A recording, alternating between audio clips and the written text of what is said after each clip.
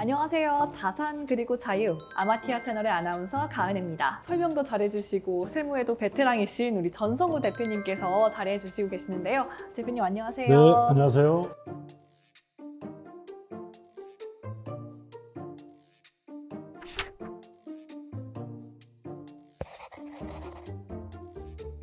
네, 우리 지난 시간에는 주식을 증여할 때 고려해야 될 점, 특히나 10년 이내에는 모든 증여했던 부분들이 고려해야 된다라고 말씀해 주셨는데요. 이번 시간에는 또 어떤 부분들을 고려해야 되나요? 증여를 받았다고 해서 다 거기에 대해서 세금을 다 부과를 하는 거 아니고요. 증여를 받았으면 그 증여받은 거에서 증여자가 증여한 사람이 누군가에 따라서 공제를 해주는 게 있어요. 네. 그걸 증여재산 공제라고 하는데, 부모님한테 증여받았다, 또 할아버지 할머니한테 증여받았다, 주식을 1억을 증여받았다 그러면 거기서 5천만 원을 빼고 나머지에 대해서 이제 증여세를 매기게 되고, 배우자 간의 증여의 경우에는 6억 원까지는 증여를 해도 세금이 부과되지 않습니다. 그 다음에 중요한 거는 단발성으로 매번 공제가 되는 게 아니고, 그것도 10년 동안 누적해서 그렇게 증여재산 공제를 하게 됩니다. 증여재산 공제를 하고 나서 이 다음 단계는 어떻게 되나요? 네, 거기까지가 하면은 이제 기본적인 이제 준비는 다 된 거고요. 누구한테 증여를 받았냐에 따라서 얼마를 공제하고,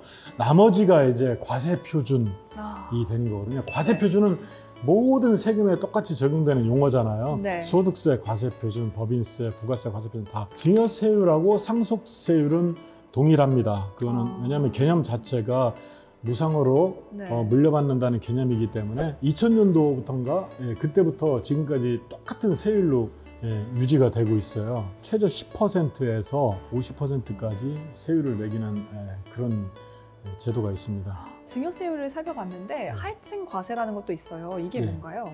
할증 과세는 할아버지가 자기 자식한테 바로 증여를 하는 게 아니고 손자한테 증여를 하고 싶어요. 바로 아들을 거치지 않고 바로 다이렉트로 증여를 하게 되면 거기에 30%를 걷고요. 미성년자이면서 증여가액이 20억 원이 넘으면 40%를 더 할증을 해요.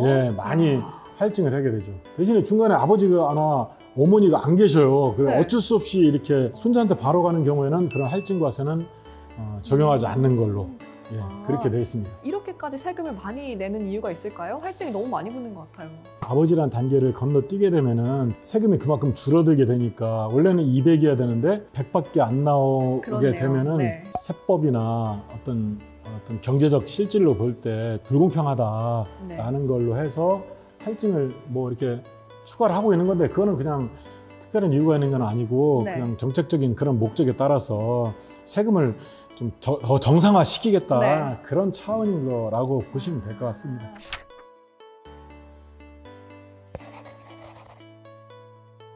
다음으로는 증여세 세금 계산과 관련해서 또 추가로 말씀해 주실 부분들이 있나요? 그 다음 단계인데요. 지금까지 해가지고 세금이 이제 계산이 됐잖아요. 그 다음 단계에는 납부세 공제라는 게 있어요. 납부세 공제요? 납부세 공제는 뭐냐면은, 제가 10년 동안에 증여한 거는 합산해서 증여세를 계산한다고 했잖아요. 합산해서 하면 증여세는 더 늘어나는데 그렇게 증여세를 또 내야 되냐, 그건 아니고, 그 전에 10년 내에 증여를 하면서 또 그때 세금을 낸 거 있지 않습니까? 그거는 이번에 세금 계산할 때 공제를 해준다, 그런 게 있고, 외국 납부세 공제라는 게 있어요. 부모가 외국에 있는 부동산을 증여를 했어요, 자녀한테.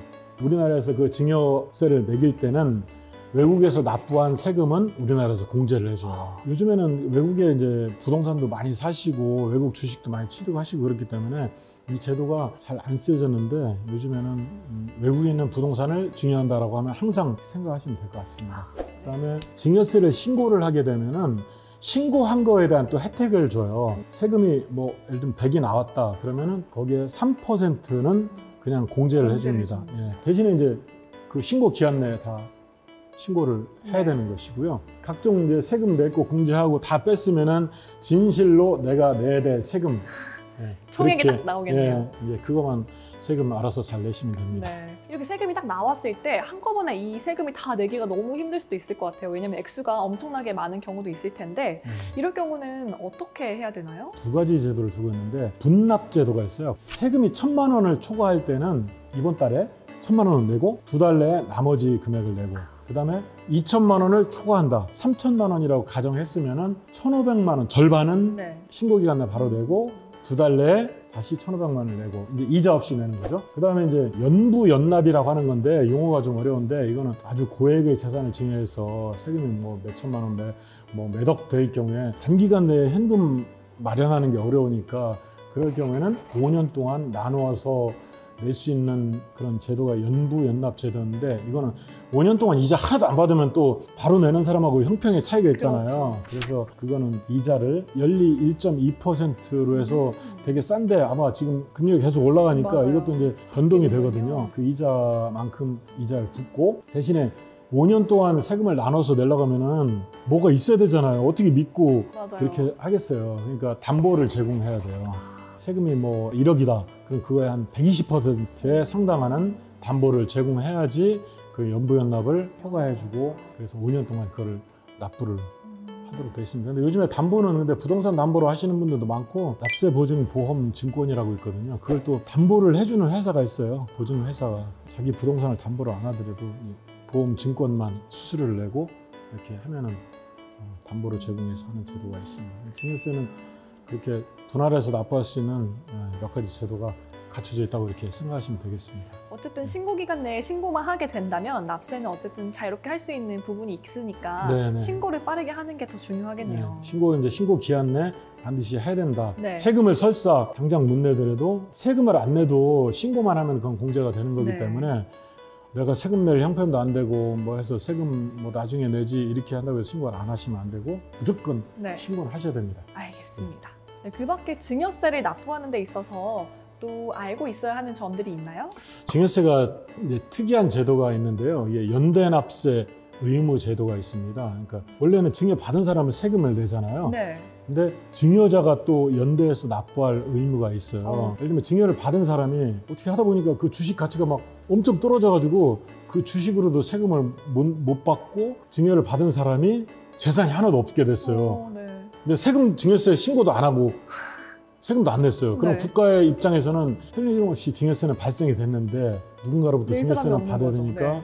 증여받은 아버지한테 자녀가 세금을 낼 도저히 우리는 받을 수가 없으니까 내십시오 네. 라고 하는 경우가 있고 그 외에 증여받은 사람이 비거주자, 외국에 주로 네. 살고 있는 그런 사람 경우에는 안 냈는데 그 사람 재산이 다 외국에 있고 그런데 국내에서 과세관청이 받기가 어려울 때는 그럴 때는 그 증여한 사람이 국내에 있으면은 증여세를 그 사람한테 징수할 수 있는 제도가 연대납세 의무 제도라고 이렇게 있습니다. 한마디로 좀 가족이기 때문에 연대 책임을 진다 이런 예, 걸로 요약이 될 수 예, 있겠네요. 그렇습니다. 예. 네.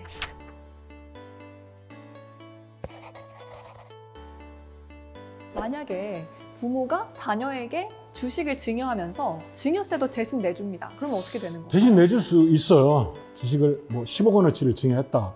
그런데 세금이 얼마 나올 것 같다. 그러면은 현금 증여를 얼마를 하면은 그 세금까지 다 해결이 되겠다.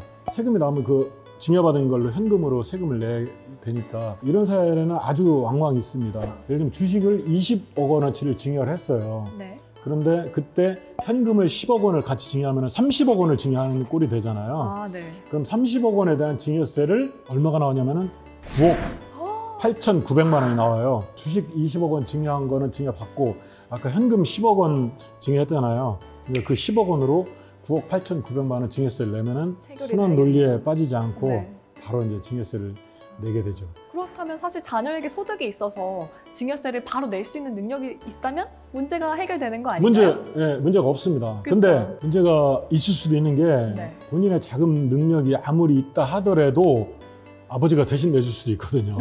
그러니까 본인의 능력이 된다고 해서 꼭 뭐 괜찮다는 건 아니고 본인의 계좌에서 출금해서 딱 내면은 가장 안전한 거죠. 그럼 돈을 빌려서 세금 낼 수도 있는 거겠네요? 부모님한테 아니면 뭐 할아버지 할머니한테 빌려서 받을 수도 있어요. 가족한테요? 예, 부모님으로부터 차용했다라는 거를 원칙적으로 인정을 하지는 않는데 차용했다라는 명백한 증거가 있으면은 네. 과세관청에서 문제를 삼을 수는 없습니다. 네. 네. 오늘도 너무나 자세하게 많은 내용을 설명해 주셨는데요. 다음 시간에 또 어떤 내용으로 찾아올지 너무나 궁금하고 또 기대가 되는데요. 저희는 다음 회차에 더 알차고 즐거운 내용으로 찾아뵙도록 하겠습니다. 지금까지 수고해 주신 전성우 대표님 너무나 감사드립니다. 네, 감사합니다. 네.